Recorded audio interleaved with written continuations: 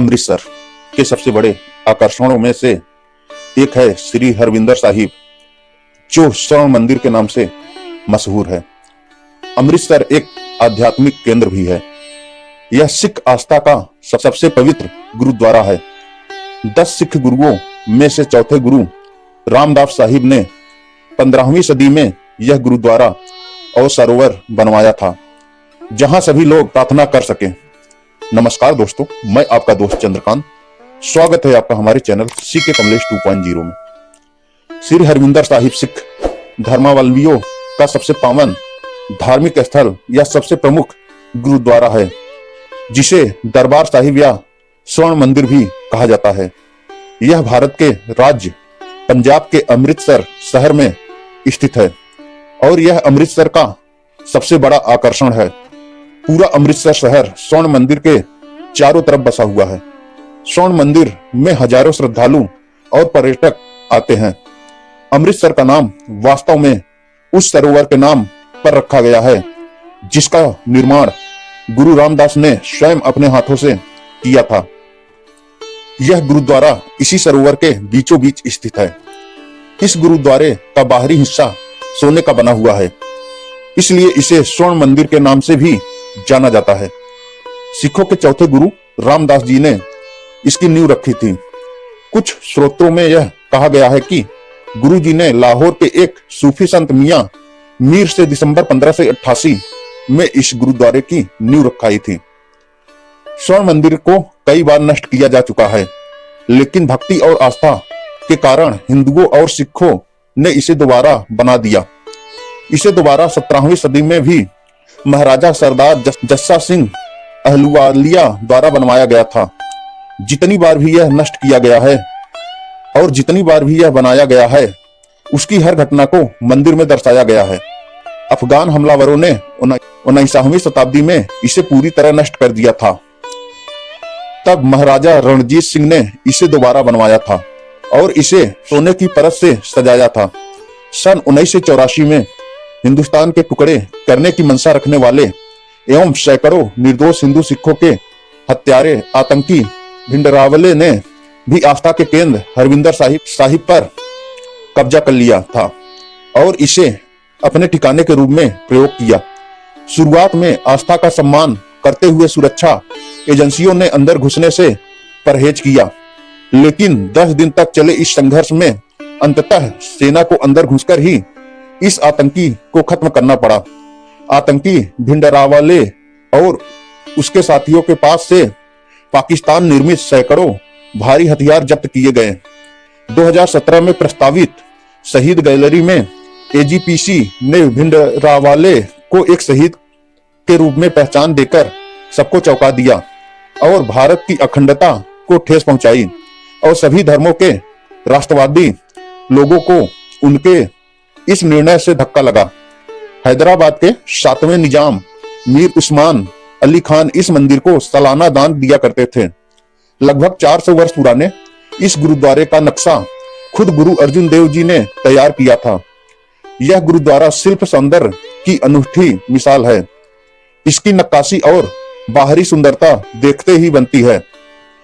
गुरुद्वारे के चारों ओर दरवाजे हैं, जो चारों दिशाओं पूर्व, पश्चिम, उत्तर, दक्षिण में खुलते हैं। उस समय भी समाज 4 जातियों में विभाजित था और कई जातियों लोगों को अनेक मंदिरों आदि में जाने की इजाजत नहीं थी, लेकिन इस गुरुद्वारे के यह चारों दरवाजे उन चारों जातियों को यहाँ आने के लिए आमंत्रित करते थे। यहाँ हर धर्म के अनुयायी का स्वागत किया जाता है। श्री हरविंदर साहिब परिसर में 2 बड़े और कई छोटे छोटे तीर्थस्थल हैं। ये सारे तीर्थस्थल जलाशय के चारों तरफ फैले हुए हैं। इस जलाशय को अमृत सरोवर, अमृत झील के नाम से जाना जाता है। पूरा स्वर्ण मंदिर सफेद संगमरमर से बना हुआ है और इसकी दीवारों पर सोने की पत्तियों से नक्काशी की गई है। हरविंदर साहिब में पूरे दिन गुरुवारी की स्वर लहरियां गूंजती रहती है। सिख गुरु को ईश्वर तुल्य मानते हैं। स्वर्ण मंदिर में प्रवेश करने से पहले वह मंदिर के सामने सर झुकाते हैं, फिर पैर धोने के बाद सीढ़ियों से मुख्य मंदिर तक जाते हैं। सीढ़ियों के साथ साथ स्वर्ण मंदिर से जुड़ी हुई सारी घटनाएं और इसका पूरा इतिहास लिखा हुआ है। स्वर्ण मंदिर एक बहुत ही खूबसूरत इमारत है। इसमें रोशनी की सुंदर व्यवस्था की गई है। मंदिर परिसर में पत्थर का एक स्मारक भी है जो पंजाब सिख सैनिकों को श्रद्धांजलि देने के लिए लगाया गया है। श्री हरविंदर साहिब के 4 द्वार हैं। इनमें से एक द्वार गुरु रामदास सराय का है। इस सराय में अनेक विश्राम स्थल है। विश्राम स्थलों के साथ साथ यहाँ 24 घंटे लंगर चलता है जिसमें कोई भी प्रसाद ग्रहण कर सकता है। श्री हरविंदर साहिब में अनेक तीर्थ स्थान हैं। इनमें से बेरी वृक्ष को भी एक तीर्थ स्थल माना जाता है। इसे बेर बाबा बुढ़ा के नाम से जाना जाता है। कहा जाता है कि जब स्वर्ण मंदिर बनाया जा रहा था तब बाबा बुढ़ा जी इसी वृक्ष के नीचे बैठे थे और परिसर के निर्माण कार्य पर नजर रखे हुए थे। स्वर्ण मंदिर सरोवर के बीच में मानव निर्मित द्वीप बना हुआ है। पूरे मंदिर पर सोने की परत चढ़ाई गई है। यह मंदिर एक पुल द्वारा किनारे से जुड़ा हुआ है। झील में श्रद्धालु स्नान करते हैं। यह झील मछलियों से भरी हुई है। मंदिर से 100 मीटर की दूरी पर स्वर्ण जड़ित अकाल तख्त है। इसमें एक भूमिगत तल है और अन्य तल है। इनमें एक संग्रहालय और सभागार है। यहाँ पर सरबत खलासा की बैठकें होती है। सिख पंथ से जुड़ी हर समस्या का समाधान इसी सभागार में किया जाता है। स्वर्ण मंदिर परिसर में स्थित सभी पवित्र स्थलों की पूजा स्वरूप भक्तगण अमृतसर के चारों तरफ बने गलियारे की परिक्रमा करते हैं। इसके बाद वे अकाल तख्त के दर्शन करते हैं। अकाल तख्त के दर्शन करने के बाद श्रद्धालु पंक्तियों में स्वर्ण मंदिर में प्रवेश करते हैं। यहाँ दुखभंजनी बेरी नामक एक स्थान भी है। गुरुद्वारे की दीवार पर अंकित किंवदंती के अनुसार एक बार एक पिता ने अपनी बेटी का विवाह कोढ़ग्रस्त व्यक्ति से कर दिया। उस लड़की को यह विश्वास था कि हर व्यक्ति के समान वह कोढ़ी व्यक्ति भी ईश्वर की दया पर जीवित है। वही उसे खाने के लिए सब कुछ देता है। एक बार वह लड़की शादी के बाद अपने पति को इसी तालाब के किनारे बैठाकर गांव में भोजन की तलाश के लिए निकल गई। तभी वहां अचानक एक कौवा आया। उसने तालाब में डुबकी लगाई और हंस बनकर बाहर निकला। ऐसा देखकर कोढ़ग्रस्त व्यक्ति बहुत हैरान हुआ। उसने भी सोचा कि अगर मैं भी इस तालाब में चला जाऊं तो कोढ़ से निजात मिल जाएगी। उसने तालाब में छलांग लगा दी और बाहर आने पर उसने देखा कि उसका कोढ़ नष्ट हो गया है। यह वही सरोवर है जिसमें आज हरमंदिर साहिब स्थित है। तब यह छोटा सा तालाब था जिसके चारों ओर बेरी के पेड़ थे। तालाब का आकार तो अब पहले से काफी बड़ा हो गया है, तो भी उसके एक किनारे पर आज भी बेरी का पेड़ है। यह स्थान बहुत पावन माना जाता है। यहाँ भी श्रद्धालु माथा टेकते हैं। परंपरा यह है कि यहाँ आने वाले श्रद्धालु जन सरोवर में स्नान करने के बाद ही गुरुद्वारे में मत्था टेकने जाते हैं। जहां तक इस विशाल सरोवर की साफ सफाई की बात है तो इसके लिए कोई विशेष दिन निश्चित नहीं है, लेकिन इसका पानी लगभग रोज ही बदला जाता है। इसके लिए वहां फिल्टरों की व्यवस्था है। इसके अलावा 5 से 10 साल के अंतराल में सरोवर की पूरी तरह से सफाई की जाती है। इसी दौरान सरोवर की मरम्मत भी होती है। इस काम में 1 हफ्ता या उससे भी ज्यादा समय लग जाता है। यह काम मुख्यतः सेवादार करते हैं, पर उनके अलावा आम संगत भी इसमें बढ़ चढ़कर हिस्सा लेती है। गुरुद्वारे के बाहर दाईं ओर अकाल तख्त है। अकाल तख्त का निर्माण सन 1609 में किया गया था। यहाँ दरबार साहिब स्थित है। उस समय यहाँ कई अहम फैसले लिए जाते थे। संगमरमर से बनी यह इमारत देखने योग्य है। इसके पास शिरोमणि गुरुद्वारा प्रबंधक समिति का कार्यालय है, जहां सिखों से जुड़े कई महत्वपूर्ण निर्णय लिए जाते हैं। गुरु का लंगर में गुरुद्वारे आने वाले श्रद्धालुओं के लिए खाने पीने की पूरी व्यवस्था होती है। यह लंगर श्रद्धालुओं के लिए 24 घंटे खुला रहता है। खाने पीने की व्यवस्था गुरुद्वारे में आने वाले चढ़ावे और दूसरे कोसों से होती है। लंगर में खाने पीने की व्यवस्था शिरोमणि गुरुद्वारा प्रबंधक समिति की ओर से नियुक्त सेवादार करते हैं। वे यहाँ आने वाले लोगों की सेवा में हर तरह से योगदान देते हैं। अनुमान है कि करीब 40,000 लोग रोज यहाँ लंगर का प्रसाद ग्रहण करते हैं। सिर्फ भोजन ही नहीं, यहाँ श्री गुरु रामदास सराय में गुरुद्वारे में आने वाले लोगों के लिए ठहरने की व्यवस्था भी है। इस सराय का निर्माण सन 1784 में किया गया था। यहाँ 228 कमरे और 18 बड़े हॉल हैं। यहाँ पर रात गुजारने के लिए गद्दे व चादरें मिल जाती हैं। एक व्यक्ति की 3 दिन तक ठहरने की पूर्ण व्यवस्था है। श्री हरिमंदिर साहिब के पास गुरुद्वारा बाबा अटल और गुरुद्वारा माता कौला है। इन दोनों गुरुद्वारों में पैदल पहुंचा जा सकता है। इसके पास ही गुरु का महल नामक स्थान है। यह वही स्थान है जहां स्वर्ण मंदिर के निर्माण के समय गुरु रहते थे। गुरुद्वारा बाबा अटल 9 मंजिला इमारत है। यह अमृतसर की सबसे ऊंची इमारत है।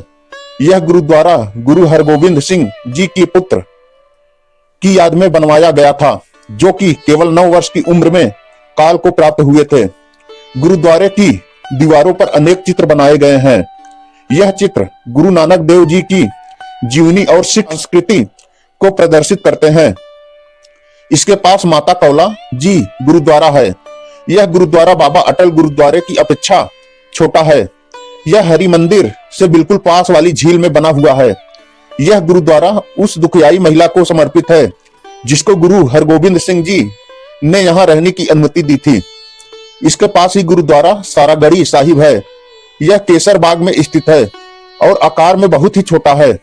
इस गुरुद्वारे को 1902 ईस्वी में ब्रिटिश सरकार ने उन सिख सैनिकों को श्रद्धांजलि देने के लिए बनाया था जो एंग्लो अफगान युद्ध में शहीद हुए थे।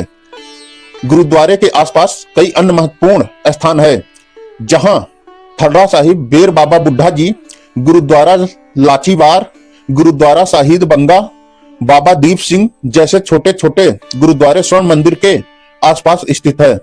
उनकी भी अपनी महत्ता है।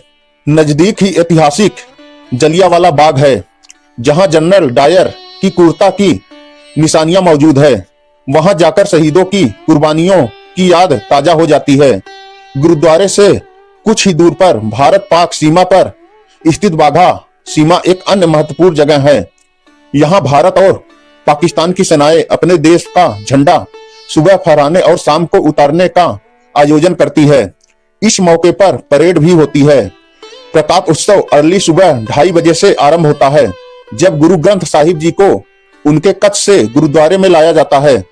संगठों की टोली भजन कीर्तन करते हुए गुरु ग्रंथ साहिब को पालकी में सजाकर गुरुद्वारे में लाती है। रात के समय सुखासन के लिए गुरु ग्रंथ को कच्छ में भी वापस भी इसी तरह लाया जाता है। प्रसाद की व्यवस्था भी 24 घंटे रहती है।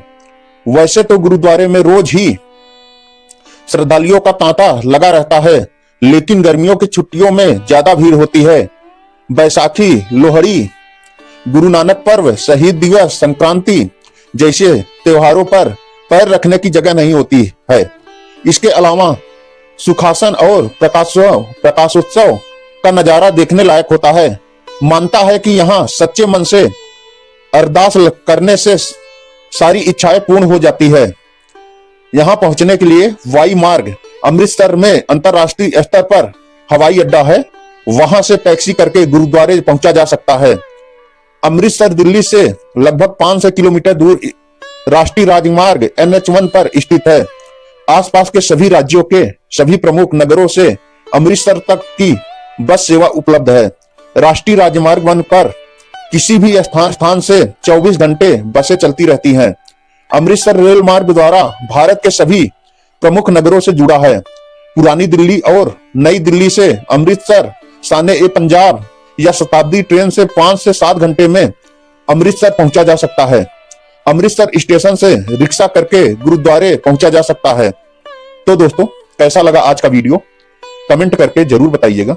आशा करते हैं कि आज का वीडियो आपको बहुत अच्छा लगा होगा। अच्छा लगा हो तो वीडियो को लाइक करें, चैनल को सब्सक्राइब करें और वीडियो को शेयर करना मत भूलिएगा। मिलते हैं फिर किसी नेक्स्ट वीडियो में। तब तक के लिए नमस्कार दोस्तों।